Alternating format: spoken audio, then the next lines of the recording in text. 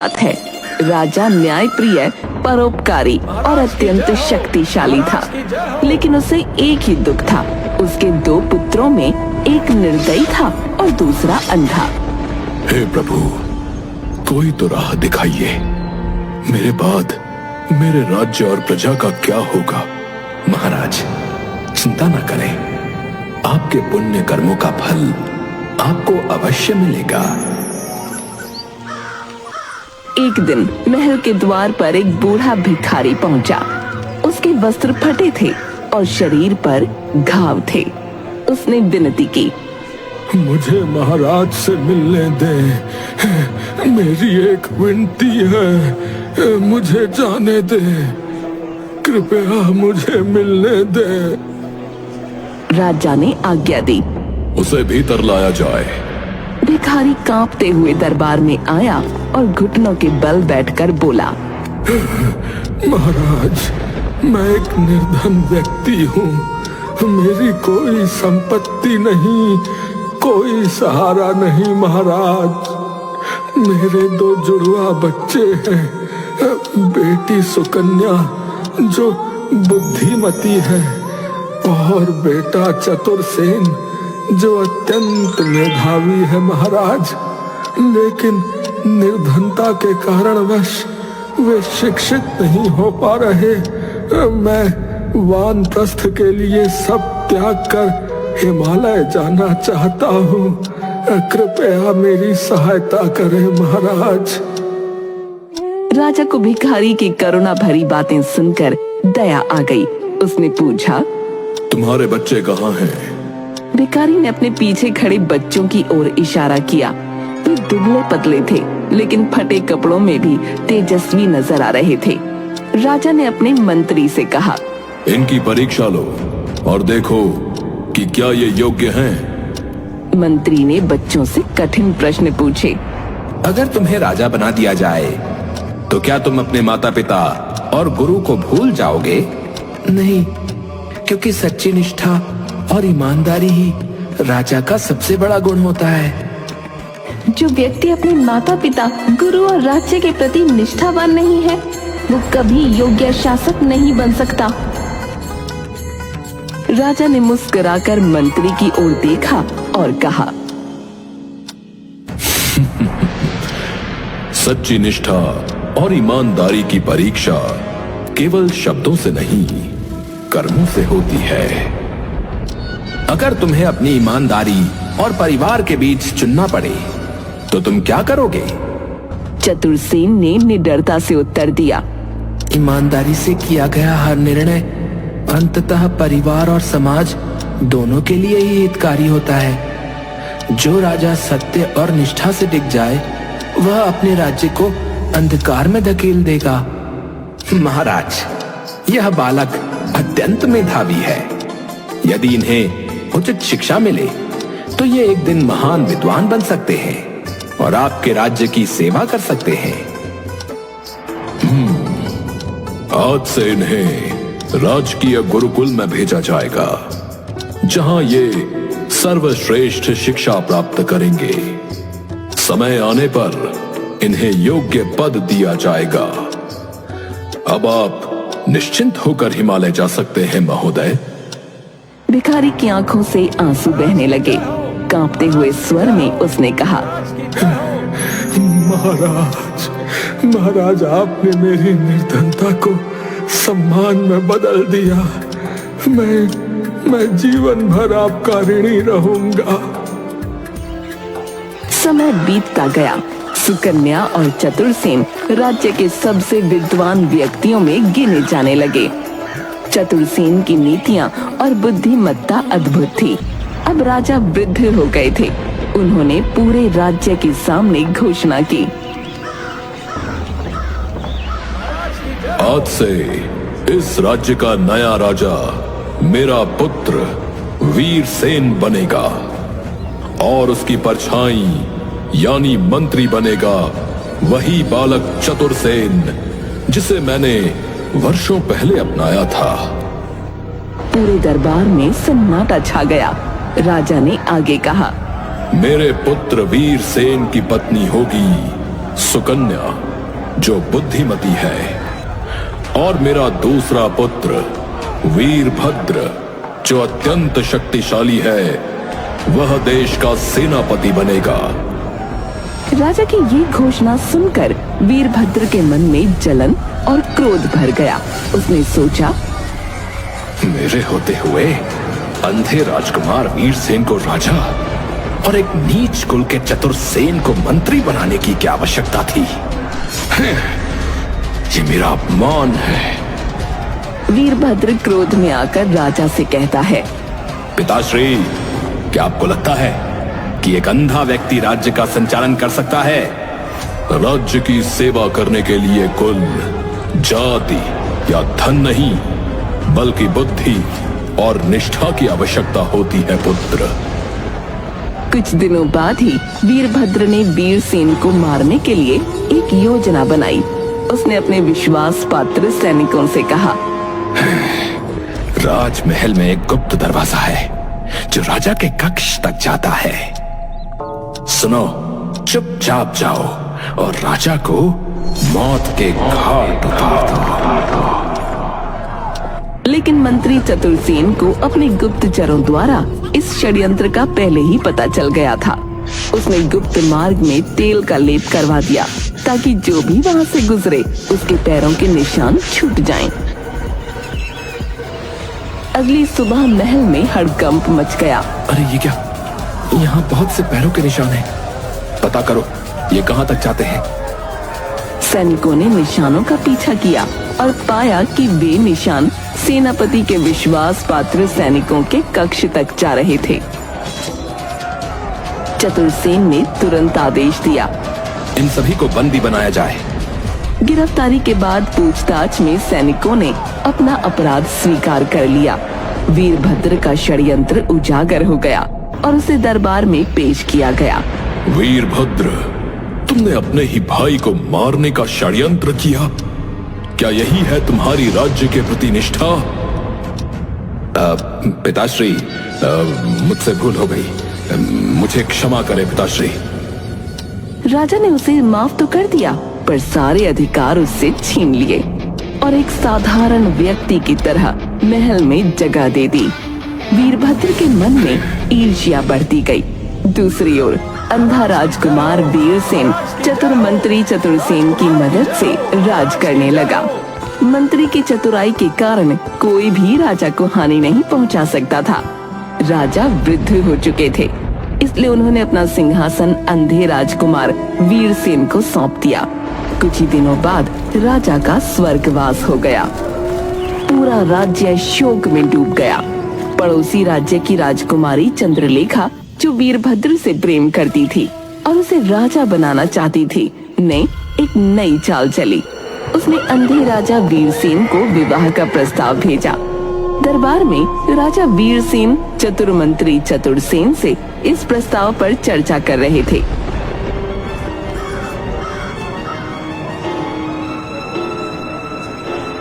महाराज, ये प्रस्ताव मुझे षड्यंत्र जैसा प्रतीत होता है। आप नेत्रहीन हैं, जबकि राजकुमारी चंद्रलेखा अद्वितीय सौंदर्य की धनी है। सोचने की बात है महाराज कि वो आपसे विवाह क्यों करना चाहती है। सच कह रहे हो मंत्री, मैं इस प्रस्ताव की सत्यता जानना चाहता हूँ। राजा ने राजकुमारी को पत्र भेजा। राजकुमारी, इतनी सुंदर और योग्य होने के बावजूद आप मुझसे विवाह क्यों करना चाहती हैं?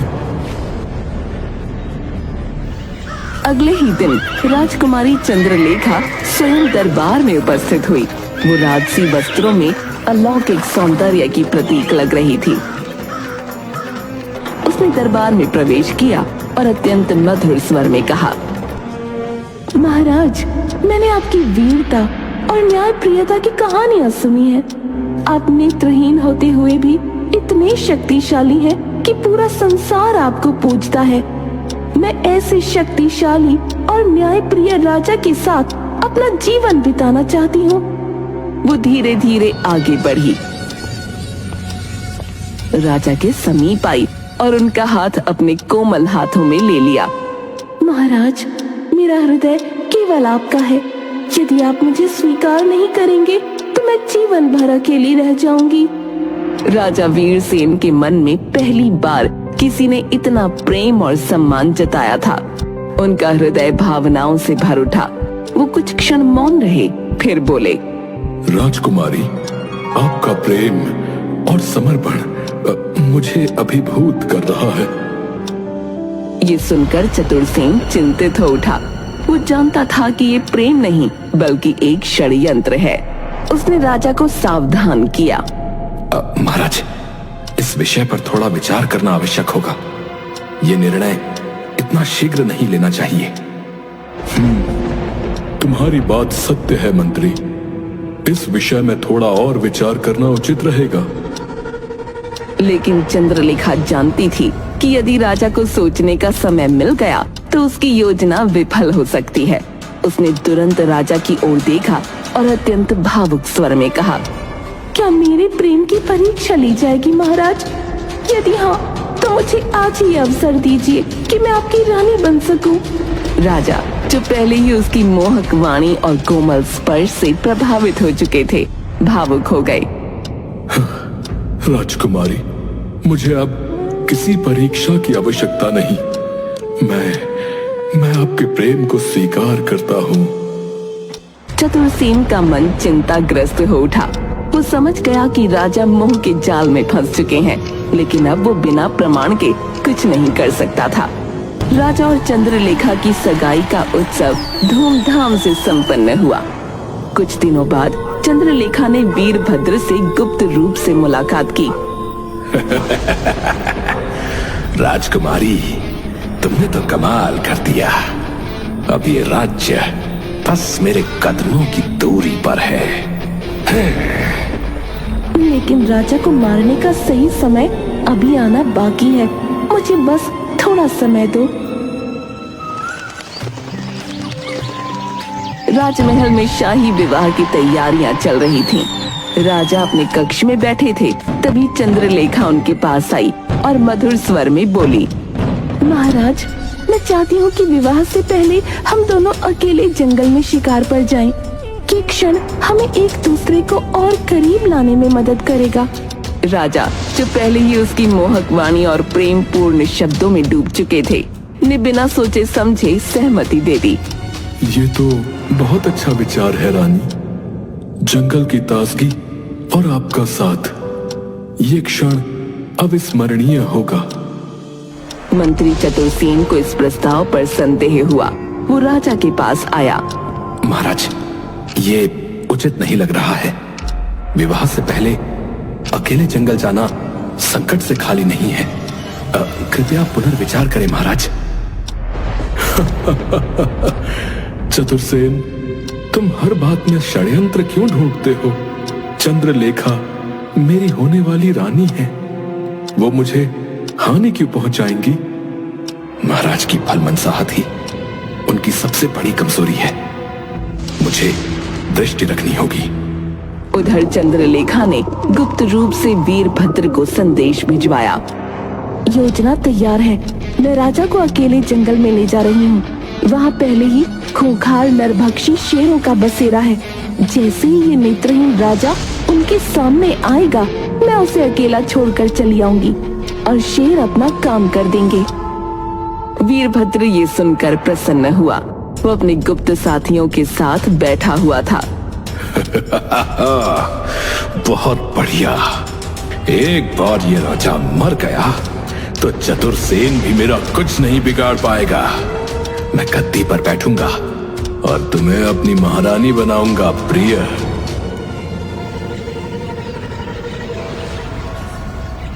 दो दिन बाद जंगल की यात्रा आरंभ हुई। सुकन्या और चतुरसेन, जो इस योजना से अनजान नहीं थे, गुप्त रूप से राजा की सुरक्षा के लिए उनके पीछे पीछे चल रहे थे। जंगल के घने इलाके में पहुंचने के बाद चंद्रलेखा और वीरभद्र ने राजा को एक गहरी खाई के पास छोड़ दिया। वहाँ पहले से भूखे शेरों का झुंड मौजूद था। महाराज, बहुत प्यास लगी है। मैं पास के झरने से पानी लेकर आता हूँ। ये तो शेरों के दहाड़ने की आवाज है। हाँ महाराज, लेकिन आप चिंता ना करें, हम आपके साथ हैं।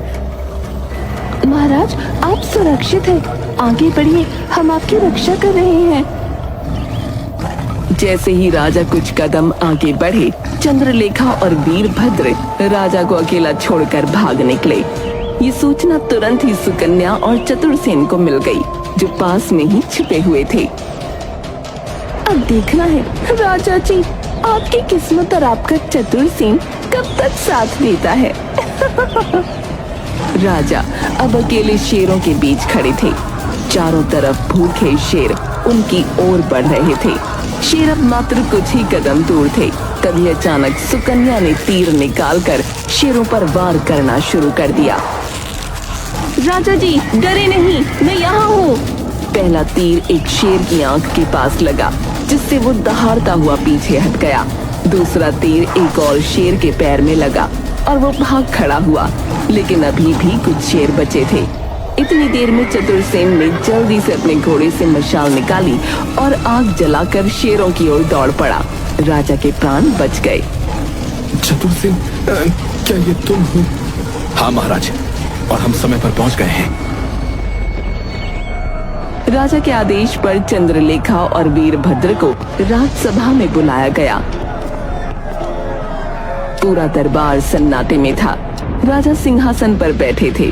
उनके चेहरे पर क्रोध और पीड़ा साफ झलक रही थी। चतुरसेन और सुकन्या उनके पास खड़े थे। चंद्रलेखा घबराई हुई दिखने का नाटक कर रही थी, जबकि वीरभद्र गंभीर मुद्रा में खड़ा था। चंद्रलेखा, तुमने मुझे जंगल में अकेला क्यों छोड़ा? क्या यही तुम्हारा प्रेम था? इतना सुनते ही चंद्रलेखा दौड़ती हुई राजा के पास आई और रोने का नाटक करने लगी। महाराज, काश चतुरसेन मुझे भी बचा लेता। मैं जंगल में बेहोश होकर खाई में गिर पड़ी थी। शेरों को देखकर मैं इतना डर गई कि कुछ समझ ही नहीं आया। अगर होश में होती तो शेरों के आगे खुद का बलिदान कर देती। महाराज, क्या आप मुझ पर विश्वास नहीं करते? राजा, जो पहले ही उसके प्रेम में अंधे हो चुके थे, फिर से धोखे में आ गए। नहीं, मुझे अपने प्रेम पर पूरा विश्वास है। तुम्हें कुछ नहीं होगा चंद्रलेखा। सुकन्या, जो राजा से प्रेम करती थी पर कभी अपने प्रेम को व्यक्त न कर सकी थी, उसकी आंखों से सच्चे आंसू बहने लगे, लेकिन उसने कुछ नहीं कहा। तभी चंद्रलेखा ने अपनी अगली चाल चली। महाराज, आपके साथ एकांत में समय बिताने का सपना अभी भी अधूरा है। अब हम समुद्र यात्रा करेंगे ताकि कोई खतरा न हो और हम कुछ समय शांति से बिता सकें। राजा फिर चंद्रलेखा के झूठे प्रेम के आगे कुछ न कह सके, लेकिन मंत्री चतुरसेन को संदेह हुआ। महाराज, हमें पहले सुरक्षा व्यवस्था की तैयारी करनी चाहिए। समुद्री यात्रा आसान नहीं होती। चंद्रलेखा तुरंत राजा के पास जाकर भावुक हो गई और रोने का नाटक करने लगी। महाराज, क्या मंत्री जी को मेरे प्रेम पर संदेह है? अगर ऐसा है तो मैं अभी के अभी अपनी जान दे देती हूँ। नहीं नहीं चंद्रलेखा, हम अवश्य यात्रा पर जाएंगे। मंत्री जी, क्या आपको महाराज की खुशी नहीं चाहिए? वो मेरे साथ समय बिताना चाहते हैं। आप व्यर्थ चिंता न करें। राजा मुस्कुरा दिए। मंत्री चतुरसेन जी, चिंता मत करो। मेरे साथ मेरी प्रिय रानी होगी। ऐसा करो, तुम और सुकन्या भी हमारे साथ चलो। इससे ये यात्रा और सुखद हो जाएगी। मंत्री चुप रहा, लेकिन वो समझ गया कि कुछ न कुछ गड़बड़ अवश्य है।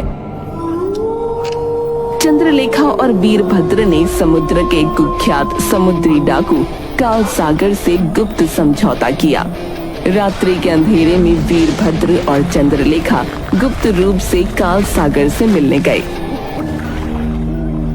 काल सागर, हमें राजा को समुद्र में समाप्त करना होगा। बदले में तुम्हें सोना, गहने और आधा राज्य मिलेगा। काल सागर ठहाका मार कर हंसा। मुझे सौदा पसंद आया। जैसे ही राजा जहाज पर होगा, मैं अपने लोगों के साथ वहां पर आक्रमण करूंगा और उसे समुद्र में फेंक दूंगा। लेकिन मंत्री चतुरसेन पहले से ही सतर्क था। उसने काल सागर से पहले ही मुलाकात की और उसे एक बेहतर प्रस्ताव दिया। अगर तुम राजा की रक्षा करोगे और वीरभद्र व चंद्रलेखा को धोखा दोगे तो मैं तुम्हें दुगना सुना और सुरक्षा दूंगा। काल सागर कुछ देर सोचने लगा और फिर ठहाका मार कर हंसा।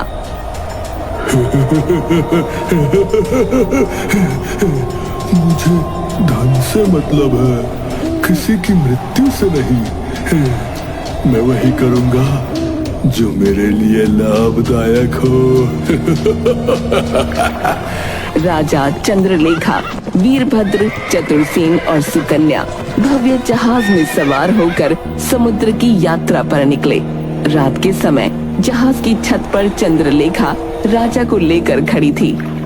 महाराज, देखिए समुद्र कितना सुंदर लग रहा है। कृपया आगे बढ़कर लहरों को महसूस कीजिए। राजा धीरे धीरे आगे बढ़ने लगे। चंद्रलेखा और वीरभद्र ने एक दूसरे की ओर देखा और इशारा किया कि काल सागर हमला कर दे। लेकिन इस बार काल सागर ने अपनी सेना को राजा पर नहीं बल्कि वीरभद्र और चंद्रलेखा पर हमला करने का आदेश दिया। ये क्या कर रहे हो? तुम हमारे साथ हो। काल सागर ठहाका मार कर हंसा। मूर्खो, मंत्री ने मुझे तुमसे बेहतर सौदा दिया है। राजा को मारकर मुझे क्या मिलेगा? क्या मिलेगा मुझे? लेकिन तुम्हें पकड़कर मैं अधिक लाभ कमा सकता हूँ। काल सागर के सैनिकों ने वीरभद्र और चंद्रलेखा को पकड़ लिया। राजा की आंखों से अब भी भ्रम का पर्दा नहीं हटा। राजमहल को सुंदर आभूषणों और दीपों से सजाया गया था। पूरे राज्य में राजा वीरसेन और राजकुमारी चंद्रलेखा के विवाह का उत्सव मनाया जा रहा था। लेकिन इस वैवाहिक बंधन के पीछे प्रेम नहीं बल्कि एक गहरी साजिश छिपी थी। राजा अब भी चंद्रलेखा के छल से अनजान थे। चंद्रलेखा ने अपने महल में पहले ही एक विष भरा प्याला रखवा दिया था। विवाह की रात जब चंद्रलेखा राजा के कक्ष में पहुंची, उसने अत्यंत मोहक स्वर में कहा, महाराज, मैं आपके लिए एक विशेष पेय लाई हूँ जो हमारे प्रेम को अमर कर देगा। राजा, जो पहले ही उसके प्रेम में अंधे थे, मुस्कुराते हुए बोले, रानी, तुम्हारे प्रेम से बढ़कर मेरे लिए कुछ भी नहीं। ये रात हमारे जीवन की सबसे अनमोल रात होगी। चंद्रलेखा ने प्रेम के नाम पर राजा को विष देने के लिए प्याला उठाया ही था कि अचानक कक्ष का दरवाजा खुला और मंत्री चतुरसेन अंदर आ गया। रुकिए महारानी, क्या ये पेय आप पहले स्वयं ग्रहण करेंगी? चंद्रलेखा हड़बड़ा गई। उसने तुरंत बहाने बनाने की कोशिश की। मंत्री जी, ये केवल महाराज के लिए है। ये हमारे प्रेम का प्रतीक है। इसे मैं कैसे पी सकती हूँ? मंत्री मुस्कुराया और आगे बढ़ते हुए बोला, यदि ये इतना ही शुभ और प्रेम का प्रतीक है तो आपको इसे पीने में कोई आपत्ति नहीं होनी चाहिए महारानी। राजा को पहली बार संदेह हुआ। उसने चंद्रलेखा की घबराहट को महसूस किया। अगर ये मेरी भलाई के लिए है तो पहले तुम इसे पियो चंद्रलेखा। अब रानी फंस चुकी थी। उसके चेहरे पर हवाइयां उड़ने लगीं। उसका शरीर कांपने लगा। वो कुछ बोल न सकी। अचानक उसने वहाँ से भागने की कोशिश की, लेकिन दरवाजे पर खड़े सिपाहियों ने उसे पकड़ लिया। चतुरसेन ने राजा की ओर देखा और ठोस आवाज में कहा, महाराज, ये विवाह प्रेम पर नहीं, छल पर आधारित था। चंद्रलेखा कभी आपसे प्रेम नहीं करती थी। उसका असली प्रेमी वीरभद्र ही है, जिसने आपके सिंहासन को हथियाने के लिए ये घिनौना षड्यंत्र रचा था। राजा ये सुनकर सन्न रह गए। उनके चेहरे पर अविश्वास और पीड़ा थी। उन्होंने कांपती आवाज में कहा, क्या जिसे मैंने अपने सबसे निकट माना वही सबसे बड़ी कपटी निकली? मेरे हृदय में तुम्हारे लिए सच्चा प्रेम था, लेकिन तुम्हारे हृदय में सिर्फ षड्यंत्र था चंद्रलेखा। राजा ने सैनिकों को आदेश दिया, सैनिकों, चंद्रलेखा और वीरभद्र को तुरंत कारागार में डाल दिया जाए। सैनिकों ने वीरभद्र को भी पकड़ लिया, जो दरबार से भागने की कोशिश कर रहा था। कुछ ही दिनों बाद वीरभद्र को राजद्रोह के अपराध में मृत्यु दंड दे दिया गया। चंद्रलेखा को जीवन भर कारावास की सजा सुनाई गई। महल में अब शांति लौट आई थी, लेकिन राजा के हृदय में जो घाव चंद्रलेखा ने दिए थे वो शायद कभी नहीं भर सकते थे। राजा महल की छत पर अकेले खड़े थे। वो भावुक होकर अपने पिता के शब्दों को याद करने लगे। पिताजी ने मेरे लिए सुकन्या को चुना था, वही मेरे लिए योग्य और उचित संगिनी है। मैंने भावनाओं में बहकर अपने जीवन की सबसे बड़ी भूल की, लेकिन अब मैं उसे नहीं दोहराऊंगा। राजा ने दरबार में सबके सामने घोषणा की। आज मैं एक नया संकल्प लेता हूँ। मैं अपनी प्रजा और अपने कर्तव्यों से कभी मुंह नहीं मोड़ूंगा। मेरे पिता ने जिनके साथ मेरा विवाह निश्चित किया था, वही मेरी सच्ची संगिनी होगी। मैं सुकन्या से विवाह करना चाहता हूँ। सुकन्या, जो हमेशा राजा से निस्वार्थ प्रेम करती थी, उसकी आंखों से आंसू बह निकले। उसने सिर झुका दिया। कुछ ही दिनों बाद राजा वीरसेन और सुकन्या का विवाह संपन्न हुआ। पूरे राज्य में खुशियां मनाई गईं। चतुरसेन, जो हमेशा राजा की परछाई की तरह उनके साथ था, उनके लिए एक सच्चे मित्र और मार्गदर्शक की भूमिका निभाता रहा। राजा ने चतुरसेन को अपने सबसे बड़े सलाहकार और मंत्री के रूप में स्वीकार किया। चतुरसेन, तुम्हारी निष्ठा और चतुराई ने मुझे अंधेरे से निकाला है। तुम सदैव मेरे साथ रहोगे, मेरे राज्य की रक्षा के लिए। महाराज, जब तक मेरा जीवन है, मैं आपके और इस राज्य की सेवा के लिए तत्पर रहूंगा। समय बीतता गया। राजा वीरसेन और सुकन्या के शासन में राज्य फिर से समृद्ध और शक्तिशाली बन गया। प्रजा खुशहाल थी और चारों ओर सुख शांति का वातावरण था। बहुत समय पहले की बात है। राजा न्यायप्रिय, परोपकारी और अत्यंत शक्तिशाली था, लेकिन उसे एक ही दुख था। उसके दो पुत्रों में एक निर्दयी था और दूसरा अंधा। हे प्रभु, कोई तो राह दिखाइए। मेरे बाद मेरे राज्य और प्रजा का क्या होगा? महाराज, चिंता न करें, आपके पुण्य कर्मों का फल आपको अवश्य मिलेगा। एक दिन महल के द्वार पर एक बूढ़ा भिखारी पहुंचा। उसके वस्त्र फटे थे और शरीर पर घाव थे। उसने विनती की, मुझे महाराज से मिलने दें। मेरी एक विनती है, मुझे जाने दे। कृपया मुझे मिलने दे। राजा ने आज्ञा दी। उसे भीतर लाया जाए। भिखारी कांपते हुए दरबार में आया और घुटनों के बल बैठकर बोला, महाराज, मैं एक निर्धन व्यक्ति हूँ। मेरी कोई संपत्ति नहीं, कोई सहारा नहीं। महाराज, मेरे दो जुड़वा बच्चे हैं। बेटी सुकन्या, जो बुद्धिमती है, और बेटा चतुरसेन, जो अत्यंत मेधावी है। महाराज, लेकिन निर्धनता के कारणवश वे शिक्षित नहीं हो पा रहे। मैं वानप्रस्थ के लिए सब त्याग कर हिमालय जाना चाहता हूँ। कृपया मेरी सहायता करें महाराज। राजा को भिखारी की करुणा भरी बातें सुनकर दया आ गई। उसने पूछा, तुम्हारे बच्चे कहाँ हैं? भिखारी ने अपने पीछे खड़े बच्चों की ओर इशारा किया। वे दुबले पतले थे, लेकिन फटे कपड़ों में भी तेजस्वी नजर आ रहे थे। राजा ने अपने मंत्री से कहा, इनकी परीक्षा लो और देखो कि क्या ये योग्य हैं। मंत्री ने बच्चों से कठिन प्रश्न पूछे। अगर